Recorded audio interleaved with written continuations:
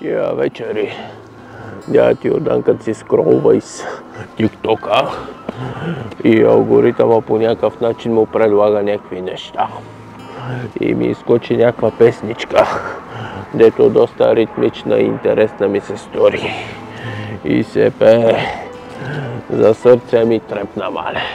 Сърце ми трепна мали, душа ми трепна мали, в очи огън бе мали, дай ми го, дай ми го, дай. Като я чу, дядът Йордан реши да намери песента. Като намери песента и я пусна, беше силно разочарован.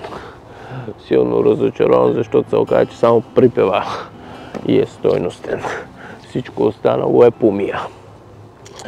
Но няколко дена по-късно дядо Йордан, като се скроваше, попадна на няколко песни, бяха ги подредили, след които и тая.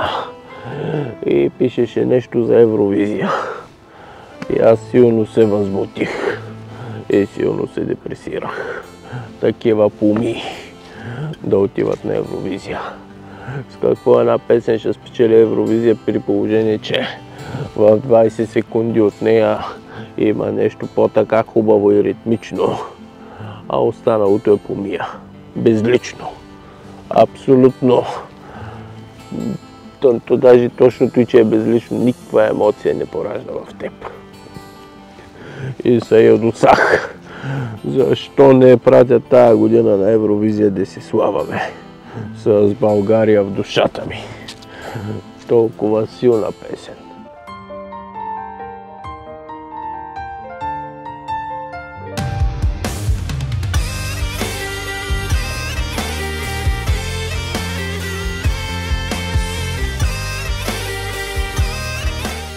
Ама то направо ти тръпва, като я чуеш, бе.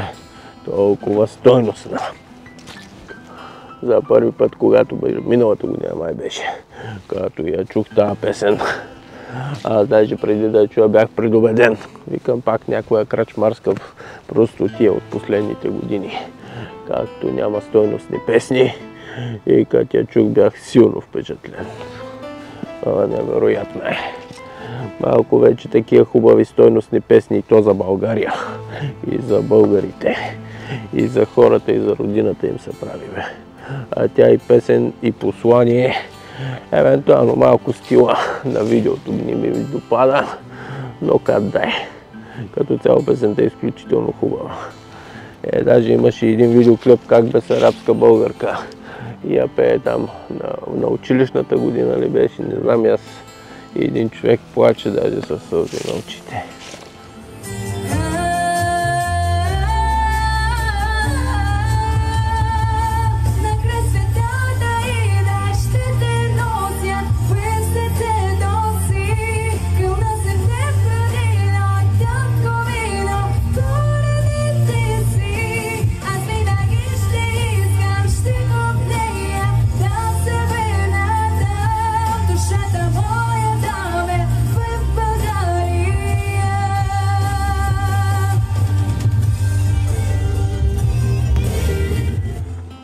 Това е песен да те докосне и да ти трепне, бе. Да ти трепне сърцето, мале. И да я пратят на Евровизията. То каша спечелиш Евровизия, като пращаш бокуци, бе. Последната стойностна песен за на дядът Йордан вкуса. Беше, коя беше? Може би Вода. Всички останали, които искат да спечелят интернационален конкурс, се опитват с песни тип Запада. На английски и не знам си какво.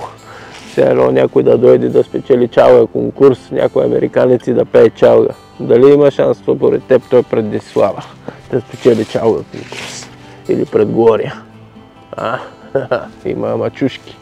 И така нашите се опитват да спечелят Евровизия с конкурса с английски песни. Няма как да го спечелят. Глупендери. А друго си е да изпееш една хубава българска песен си, български ритми и да те докосне в сърцето. Защото музиката, ако е достатъчно красива, дори и да не разбират текста, чужденците биха ги докоснали в сърцето.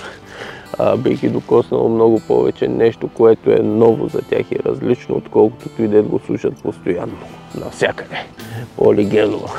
да й подадеш любовта.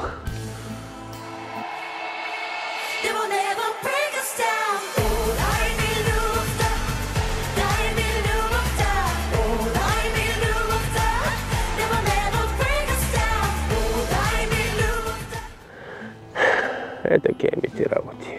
И се депресира дядо Йордан, че няма да отиде Десислава на Евровизия с тази хубава песен "България в душата ми".